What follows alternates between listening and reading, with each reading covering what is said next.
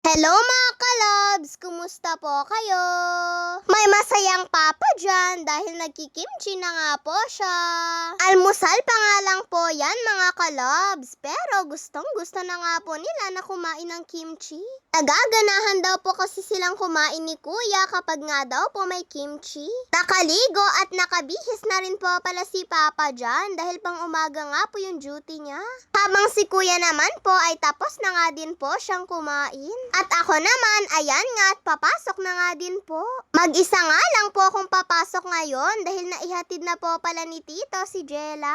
Pagdating nga po namin dito sa kalsada ay sakto naman po na nakita nga po namin yung kaklase ko. Kaya sabi nga po ni Mama ay makisabay na nga lang daw po ako sa kanila dahil mahirap daw po kasi talagang tumawid sa dami daw po ng sasakyan. At pagka-uwi po pala namin ng tanghali ay binigyan nga po ako ni Kuya neto nga pong kinakain niyang cotton candy. Sabi nga po ni Mama ay himala dahil nakabili nga po siya ng ganito. Si Kuya po kasi ay hindi nga po siya nagre-recess kaya naiipon nga po yung baon niya. Kaya nagtaka nga daw po si Mama dahil may dala nga po siyang pagkain pag uwi niya. Bumili nga din po pala ako ng boneless na longganisa.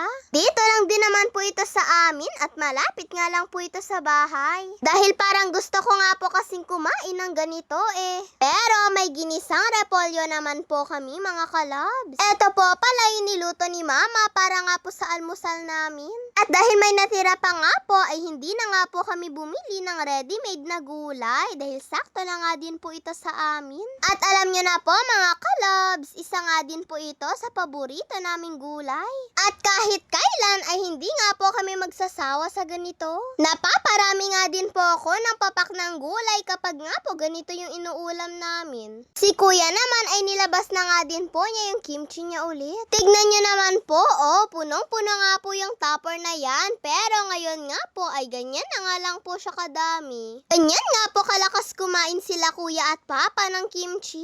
Habang kumakain nga din po sila ni Papa ay grabe nga po yung pagtulo ng pawis nila. Paano mga kalabs, maanghang nga din daw po kasi itong kinakain nila. Ako nga po mga kalabs, kahit nga po yung amoy nito ay ayaw ko nga po. Sabi nga po ni Mama sa akin ay subukan ko nga daw pong tikman dahil nga po masarap. Pero kahit anong gawin nga po ni Mama ay ayaw ko po talaga.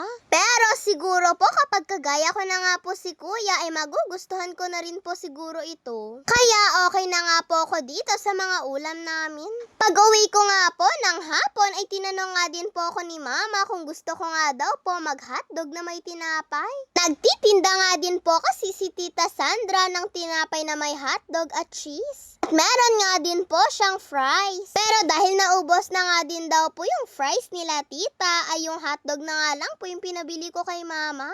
At dahil nag-uumpisa pa lang naman daw po sila Tita dito nga po sa pagbebenta ng mga hotdog at fries nila, ay dito nga po muna nila ito nilagay sa loob. Pero dati na nga din daw po itong ginagawa ni Tita Sandra noon. I-stop nga lang daw po siya, pero ngayon, ayan at nagbebenta na nga po siya ulit. Marami nga din po siyang naging customer kanina at puro estudyante nga po. Ayan mga kalabs at nakapaglagay na nga din po si Tita ng hotdog dito po sa may tinapay. Tapos nilagay niya na nga din po ito nitong mayonnaise. Niloloko nga din po siya dyan ni Mama na Neneng B. Natawa na nga lang po si Tita kay Mama. Pagkatapos po palang maglagay ni Tita ng mayonnaise ay naglagay na nga din po siya nito pong cheese. At syempre, eto nga po yung pinakagusto ko, yung may cheese. Ayan nga po mga kalabs at patapos na nga din po si Tita sa paghahanda nito.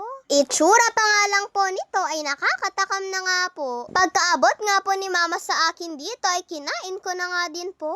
At bali eto na nga lang din po yung merienda ko. Si Kuya naman ay bumili na nga din daw po siya ng hopya at yun na nga lang daw po yung merienda niya. Masarap nga din po pala itong tinapay na kinakain ko. At sigurado nga po na kapag naubos ko ito ay mabubusog na po talaga talaga ako. 25 pesos po pala ito pong in-order ni Mama. Palagay ko nga po ay parang magkukulang pa nga po sa akin itong isa. Lalo na yung nagpasarap nga po dito ay eto nga pong lettuce. Naalala ko pa nga po noon na kapag nagmimerienda nga po kami ng tinapay ay palagi nga pong nilalagyan ni Mama ng lettuce. At mayonnaise nga lang din po yung palaman namin nun. Mga kalabs, isa-shoutout ko nga lang po pala muna sila Ate Kim Ansley Aguilar, Clarice Cardona, Crystal Venice Esteban, Tin Estujero, Cassandra Ramirez. Yun lang po mga kalabs. Maraming salamat po sa panonood ninyo.